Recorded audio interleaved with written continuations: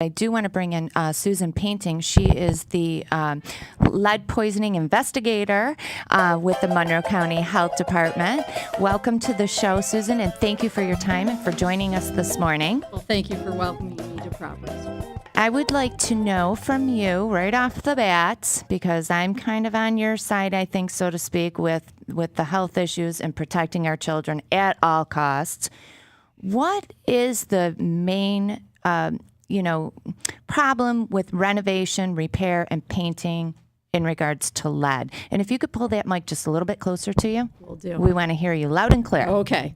Well, I mean, you can have what is considered to be a lead-safe house built before 1978. Could have lead-based paint present, but it's intact. It's not chipping. It's not peeling. It's not really a hazard to anybody. But then you go ahead and you start dry sanding or cutting apart things, and now you've created a large dust hazard to your family, your loved ones, your pets, and to the workers. I thought about the pets. Well, I'm kind of concerned about that, though, Susan, because the reality of it is I've never lived in a house newer than 1978, and look at how I'm perfect. They have tests for that. I knew you were going there. But hold on a minute. Let me complete a thought, maybe. My father's always done remodeling, over the years, all my life, and, destroyed, I bought a house and gutted the whole thing, a house built in 1924, and we ripped the walls out because there's no insulation, re-insulated, and, redid windows and everything, top to bottom. I mean, I've done so, and then minor projects. I know this is airborne stuff. I'm sure you're going to come back with that, but I mean, I just don't see it. I mean, what are we really? I mean, is this a fictitious tax on the consumer and the contractors only because government says, hey, there's a lot of them? I'm on the contractor side as well as the realtor side, because this crap also includes real estate agents. They get all this paperwork with all this extra stuff that they have to sign and keep track of. Right. I quit being a realtor because it was a pain in the neck 15 years ago. More and more paperwork. Now those poor people are buried in more paperwork. So anyway, the disclosure stuff, I got off topic. But you see where I'm going with this? But it was important enough to disclose back in 96. So, right. I mean, it's still important to not create new lead hazards now. Right. And the issue, yes, you may not know that you were exposed. Okay. Lead's a hard sell because you're not normally symptomatic. You're not breaking out in hives or anything. Yeah. But we're talking about IQ points, learning disabilities, things like that. Oh, that's me. That's That my could problem. be ADHD. I mean, who knows what you could have been, Pat, had you not had that exposure. Did I hear you say Wow. something about sexual dysfunction Yes. earlier? That's yeah, actually a long-term there's side some, effect. Pay attention, Patrick. Whoa. fertility I gotta- problems, high blood pressure, digestive problems, nerve disorder. Some of these things Kidney we have failure. already. I mean, do you want osteoporosis? Do you want other things that are Short-term memory. Yes. Short-term Is that memory. it? What was that again? I might have I it. haven't seen anything positive that lead does in the body. Ooh, okay. It's a neurotoxin. It's just We're going to not. get more into that. I do want to introduce Elizabeth McDade. Thank you again for taking the time to join us on Property Source Radio this morning. You are the program manager at the Coalition to Prevent Lead Poisoning. Right. Tell me a little bit about that. Well, we're an advocacy and education organization here in the city of Rochester, and we have about 50 committee members in various areas of expertise really coming together to solve this community-wide health problem.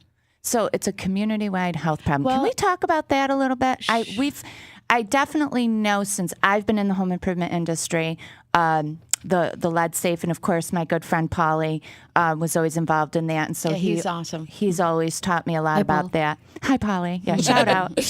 The boss loves shout outs.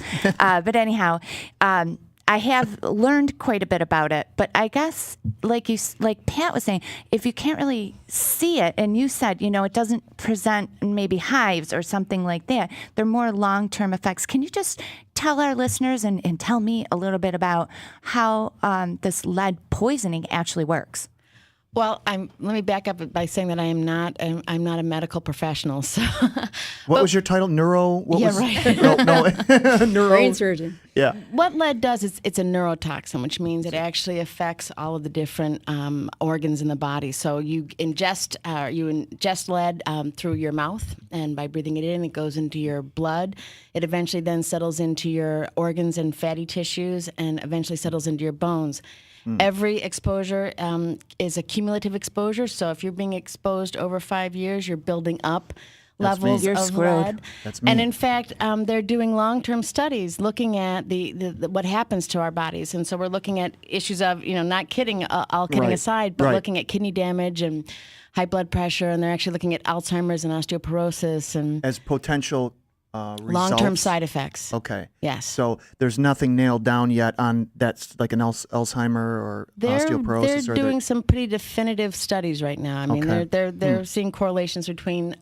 There's definitely ones between hypertension and lead poisoning, brain damage with children. We're actually talking about the way that the brain develops. It actually inhibits the growth of synaptic connections. When does that brain damage kick in? Because my kids are pretty darn smart. You know what I mean? I mean, what age does it kick in? They're pretty smart. I don't mean, they know how to get on cast this. any aspersions on your child, but the fact that I grew up in the 19th ward, and I'm sure if I had one of those tests, I would find that we've all been exposed to lead in some way. We could have been contenders, right? We could have been geniuses. Right.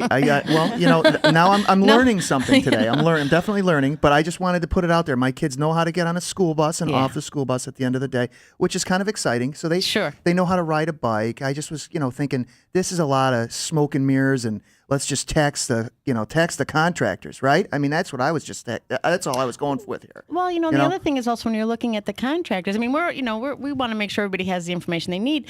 Okay. A lot of these guys, and I've talked to them. I've been talking to them. A lot of them didn't know anything about all of this stuff, and not only have they been exposing themselves to these long-term hazards, like Carmen was talking about, but also their children. I mean, they bring the dust home in on their clothes. Okay. They wash their work clothes in the laundry with all the rest of the clothes. I mean, those are ways you can actually contaminate your family. Good point. I think I'm getting an education and a slap down. Yeah. It sounds like I'm learning more. I should have shut up last week. It's a beatdown. Holy cow. We're going to take a quick break, and when we come back, Susan, I'm going to ask you how do you investigate a lead poisoning? How do you tell if someone's been lead poisoned?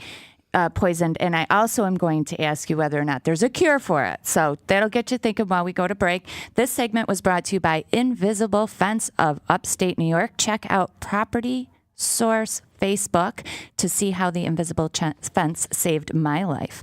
We are live and taking your calls at 222-6397. Property Source Radio. We'll be right back.